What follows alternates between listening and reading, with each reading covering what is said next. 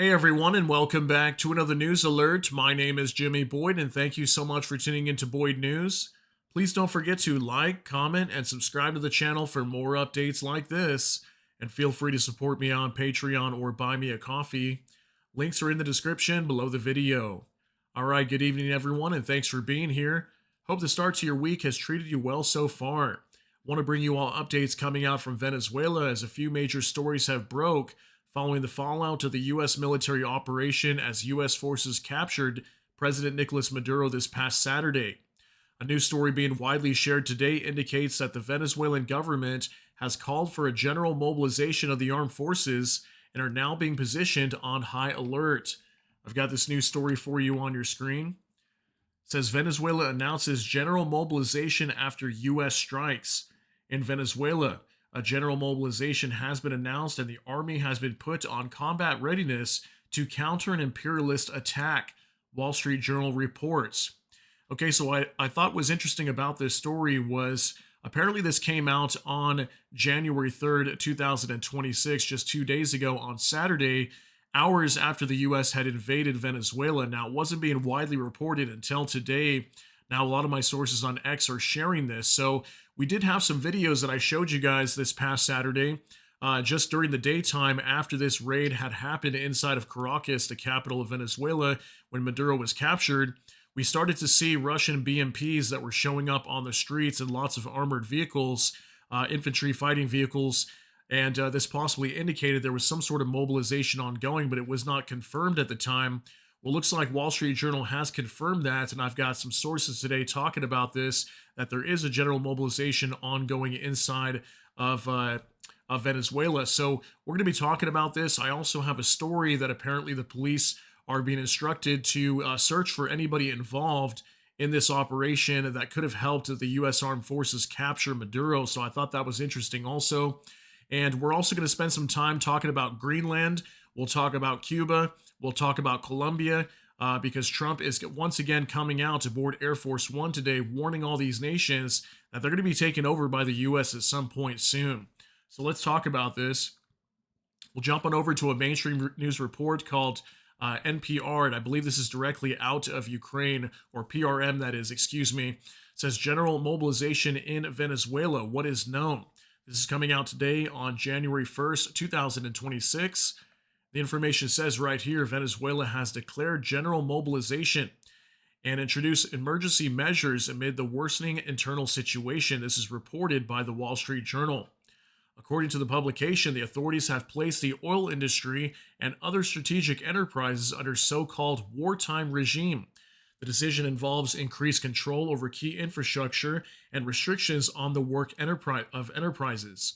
The authorities call the main goal of these measures the protection of oil infrastructure and the prevention of sabotage at strategic facilities. So I wonder if this has anything to do with the U.S. wanting to take control of the oil infrastructure inside of Venezuela. Maybe this is an attempt to block that.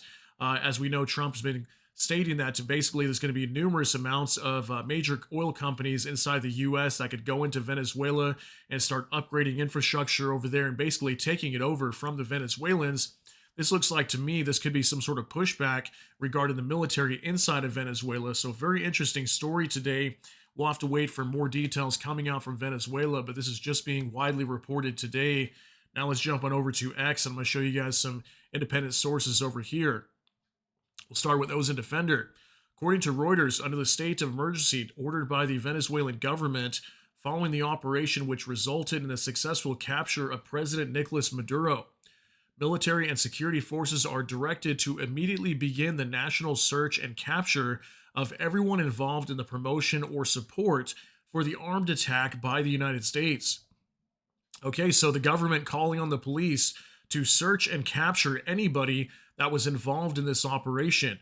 We did hear some reports that, this operation apparently went so smoothly because possibly there was people on the inside that was helping the U.S. out to carry out this attempt to obviously capture Nicolas Maduro, and we'll have an update on him in just a moment as well. Okay, so things could be spiraling out of control inside of Venezuela, and what is this going to do in terms of a U.S. response? Is the U.S. going to go in with a second round of attacks?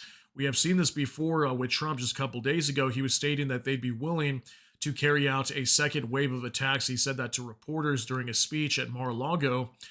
So could we be seeing that here in the future? We'll have to wait and see what is going to happen very soon. Moving on to another update from Insider Paper. Just in, head of Venezuelan parliament vows to use all available means to bring back Maduro. I wonder what those means could be. I mean, how much can the Venezuelan government do about this now that Maduro is captured and being held by the United States in New York right now? But the head of their parliament is saying they're going to be doing something to try to get him back into power over there inside of Venezuela. We'll have to see what they plan to do. But now check this out from Polymarket Intel. Venezuelan President Nicolas Maduro in New York court says, "I'm the president of Venezuela and I consider myself a prisoner of war. I was captured at my home in Caracas. I have the indictment in my hands for the first time and I prefer to read it personally. I am innocent. I am not guilty." Okay, so today we had Nicolas Maduro pleading not guilty due to all these charges of narco-terrorism by the U.S. So it looks like this is going to be an ongoing trial here for probably months. We'll have to see how things play out, but he did plead not guilty today. Here was a picture of him surrounded by police and DEA forces as they were taking him to the courtroom in New York today. Now, suppressed news.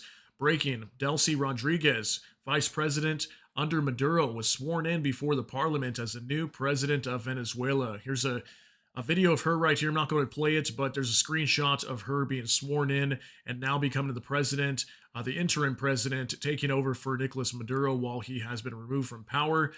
So yeah, this was being announced today. So there was some reports that allegedly she had fled to Moscow. We heard that just a couple days ago, but apparently that is not the case. She is still currently inside of Venezuela right now. And I think she was also calling on Trump recently, saying they were open and willing to do business with the United States, but they wanted to conduct dialogue. Now from next, Washington has sent a blunt message. The Western Hemisphere is its turf. That's the clear takeaway from the U.S. State Department statement. Yeah, check this out. The State Department of the U.S. on X, they posted this right here and says, "This is our hemisphere, and President Trump will not allow our security to be threatened."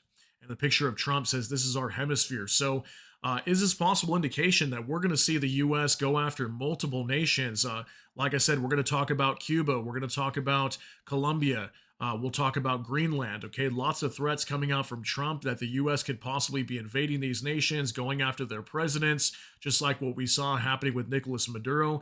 I mean, if the U.S. did this once, why would they not do it again? Okay, so it could be highly likely we're going to be seeing more of this, so we'll continue to discuss this as we move forward. Let's start with Greenland here. Open source intel. Trump says we need Greenland right now. Greenland is covered with Russian and Chinese ships. Reporter says, what would the justification be for a claim to Greenland? Trump says the EU needs us to have it. Yeah, this is going to be Trump once again reiterating his same claim since he got into office, that the U.S. needs Greenland for its own national security. About a minute long. Take a look. And on Greenland, On Greenland now? yeah, on Greenland. How did we come up to Greenland? So, do you expect to take an action against Greenland? Well, I don't want to talk about Greenland. Let's talk about Venezuela, Russia, Ukraine, and we'll worry about Greenland in about 2 months. Let's talk about Greenland in 20 days. On Venezuela, we talk so much about energy. By the way, I will say this about Greenland. We need Greenland from a national security situation. It's so strategic. Right now, Greenland is covered with Russian and Chinese ships all over the place. We need Greenland from the standpoint of national security. And Denmark is not going to be able to do it, I can tell you. I think it's a big communication. You know what Denmark did recently to boost up security in Greenland? They added one more dog sled. It's true. They thought that was a great move. What would the justification be for a claim to Greenland? What would the justification? Oh, I don't want to talk about Greenland now. I just say this. We need Greenland from the standpoint of national security. And the European Union needs us to have it, and they know that. I think there's some. Okay, so we've got Trump claiming here that they need Greenland. They've got to go after it and take it at some point. He's also making a joke about Denmark, saying that Denmark has only basically deployed another dog sled over there to protect the nation, basically claiming that they are doing nothing to protect Greenland. And the U.S. wants control of Greenland for their own national security. So that's kind of what Trump was reiterating here, making some jokes about it. But how do you feel about this? What's going to happen? I mean, Denmark is a NATO nation. If they control Greenland, what's going to happen to the U.S. and Denmark's relations and NATO in general if the U.S. were to go and invade this nation? Now, will they do that? I can't tell you whether for sure if they will or not, but that's the way Trump is making it seem, that they're going to do anything that is necessary to take over Greenland. So very crazy news. Now, Megatron Ron just in. Statement from the Prime Minister of Denmark about Trump's threats to take over Greenland. I must say this is very clearly to the U.S. It makes absolutely no sense to speak of any necessity for the United States to take over Greenland. The United States has no legal basis to annex one of the three countries of the Kingdom of Denmark. The Kingdom of Denmark, and thus Greenland, is a member of NATO and is therefore covered by the alliance's collective security guarantee. We already have a defense agreement between the Kingdom of Denmark and the United States that grants the U.S. broad access to Greenland. In addition, the Kingdom has made significant investments in security in the Arctic. I therefore strongly urge the United States to cease its threats against a historic close ally and against another country and other people who have stated very clearly that they are not for sale. This was Mette Frederiksen, the Prime Minister of Denmark. Okay, so this is what she's saying, telling Trump, please stop, cease these threats of talking about wanting to annex Greenland. Obviously, a very big security situation involving NATO. Again, what's going to happen here if Trump decides to go after Greenland and try to annex it? This could get very, very dicey and interesting on how the fallout could be within NATO nations if the U.S. decides to do this. Now, Vicegrad 24, German Foreign Minister Johann Wadephul, hopefully I'm saying his name right, speaking about Greenland, says Denmark is a member of NATO, and if there is a need to strengthen the protection of Greenland, that would be discussed within the alliance. Now, that's an interesting statement coming from him. Now, I have to agree with that. Why can't NATO just come together collectively and talk about strengthening the defense of Greenland? Okay, obviously, if the U.S. is part of NATO, Canada is here part of NATO, this would all be the upper Western Hemisphere that'd be under threat with Greenland. So why can't they all just come together and collectively talk about boosting the defense of Greenland? Why are we not seeing that? Why are we seeing Trump just completely sideline NATO and saying, hey, we're going to take over Greenland at some point in the future? All right, now from Tendar, the leaders of all Nordic countries, Norway, Sweden, Finland, and Iceland, expressed their strong support for Denmark and Greenland. What a time to live in where this needs to be said. We got multiple European nations showing support for Denmark here. Here's Alexander Stubb. No one decides for Greenland and Denmark, but Greenland and Denmark themselves. Our Nordic friend Denmark and Statsman have our full support. Okay, so Alexander Stubb there. Here's Jonas Gahr Store. Greenland is an integral part of the Kingdom of Denmark. Norway stands in full solidarity with the Kingdom of Denmark. Then we've got Ulf Christensen. Says it is only Denmark and Greenland that have the right to decide on matters concerning Denmark and Greenland. Sweden fully stands up for our neighboring country. Okay, that's directly out of Sweden there. And then Kristen Frosta. Greenland is part of the Kingdom of Denmark. Nothing about Greenland without Greenland. Iceland stands in full solidarity behind our friends. Yeah, this sounds a lot like, with the whole Ukraine and Russia situation where it almost seems like, the United States trying to force Ukraine to agree to a peace deal with Russia without even letting Ukraine speak for themselves. We're seeing the same type of tactic being used on Greenland, that Greenland cannot even stand up for itself, or Denmark cannot make any statements regarding Greenland, even though that's their own territory. So insane statements coming out from European leaders. Now, Clash Report, Senator Graham says, you just wait for Cuba. Cuba is a communist dictatorship that's killed priests and nuns. They've preyed on their own people. Their days are numbered. We're going to wake up one day, I hope in 26, and in our backyard, we're going to have allies in these countries doing business with America, not terrorist dictators killing Americans. Yeah, that's going to be U.S. Senator Lindsey Graham commenting very harshly on Cuba, saying that Cuba's days are numbered. Take a look. You just wait for Cuba. Cuba is a communist dictatorship that's killed priests and nuns. They've preyed on their own people. Their days are numbered. We're going to wake up one day, I hope in 26. In our backyard, we're going to have allies in these countries doing business with America, not narco-terrorist dictators killing Americans. This is a big frigging day. And everybody in the world is thinking differently than they were just a few days ago, because of what you did. You just wait. All right, so we're starting to see what the U.S. is planning to do here. Do they want to take over Greenland? They want to take over Cuba. We'll talk about Colombia here in just a minute, as Trump's been warning about them as well. Okay, going after narco-terrorists and people committing acts of crime against others around the world, many of these being dictatorships. So crazy news coming out from the Trump administration, and that right there is going to be, again, U.S. Senator Lindsey Graham from South Carolina. Here's another statement about Cuba from Ozen Defender. President Donald J. Trump: Cuba now has no income. They got all of their income from Venezuela, from the Venezuelan oil. They're not getting any of that now. Cuba is literally ready to fall, and you have a lot of great Cuban Americans who are going to be very happy about this. Yeah, 15-second clip, no video, but you will have some audio. Take a look at this. Now has no income. They got all of their income from Venezuela, from the Venezuelan oil. They're not getting any of it. And Cuba literally is ready to fall. And you have a lot of great Cuban Americans that are going to be very happy about this. Marco Rubio has really... All right, so Trump claiming in this clip that Cuba's on the verge of collapse right now due to a shortfall in funds, because we know that Venezuela being recently attacked, and now the U.S. supposedly going to be taking control of the oil down there. That's going to cut off a lot of funds for the Cubans. We heard a lot of reports that the Cubans were operating on the ground. Many of them were actually being killed, is what Trump was saying. We'll talk about that in just a moment as well. This was during the strikes on Venezuela over the weekend. So moving on to another one now, Brian Krasenstein says, breaking Venezuela update. Number one, multiple oil tankers targeted by U.S. sanctions are reportedly attempting a coordinated breach of the U.S. naval blockade by departing Venezuelan waters simultaneously. We'll talk about that story in just a moment. Number two, Donald Trump is demanding unrestricted access to all of Venezuela, including oil fields, infrastructure, and major roadways. He warned that if Vice President Delcy Rodriguez refuses to comply, she will face consequences he described as far worse than Maduro. And number three, he says, and seriously, what the heck happened to Lindsey Graham? So he's commenting on Lindsey Graham because back in 2016, when Trump was running for president, Lindsey Graham was actually a very harsh critic towards Trump, and all of a sudden it appears to be his best buddy. So regarding number two here, Trump wanting control of all the oil infrastructure inside of Venezuela.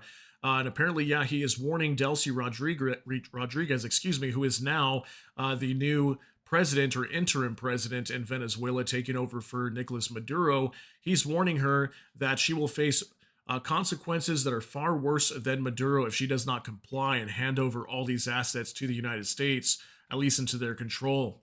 Now, from Polymarket Intel, Trump says we have a very sick neighbor. That's Venezuela. Colombia is very sick too. Reporter says, so will there be an operation by the U.S. in Colombia? And Trump says, sounds good to me. Yeah, there's another indication that the U.S. is going to go after Colombia as well and target their president, similar to what happened with Nicolas Maduro. Take a look at this. Viable and successful, and where the oil is allowed to freely come out, because that's good. It gets the prices down. That's good for our country. Now, we have a very sick neighbor. It's not a neighbor, but it's close to a neighbor. And that's Venezuela. It's very sick. Colombia is very sick, too, run by a sick man who likes making cocaine and selling it to the United States. And he's not going to be doing it very long, let me tell you. What does that mean? He's not going to be doing it very long. He's not doing it very long. He has cocaine mills and cocaine factories. He's not going to be doing it very long. So there will be an operation by the U.S. and... It sounds good to me. Yeah. You know why? Because they kill a lot of people, yeah. Viable and successful. All right, so as we can see, Trump confirming there could be possibly a military operation next onto Colombia. So look at the way this is playing out, guys. Possible annexation of Greenland with the use of maybe the U.S. military. We're hearing that Cuba could possibly fall due to an economic situation over there with the funds being cut off from Venezuela. And then with Colombia, could the U.S. carry out another operation and go after their president over there? As Trump claims, they're most likely going to have to stop a lot of the cocaine that is being shipped directly out of Colombia and into the United States. Now from Election Wizard, watch, Colombia's President Gustavo Petro just recklessly taunted President Trump.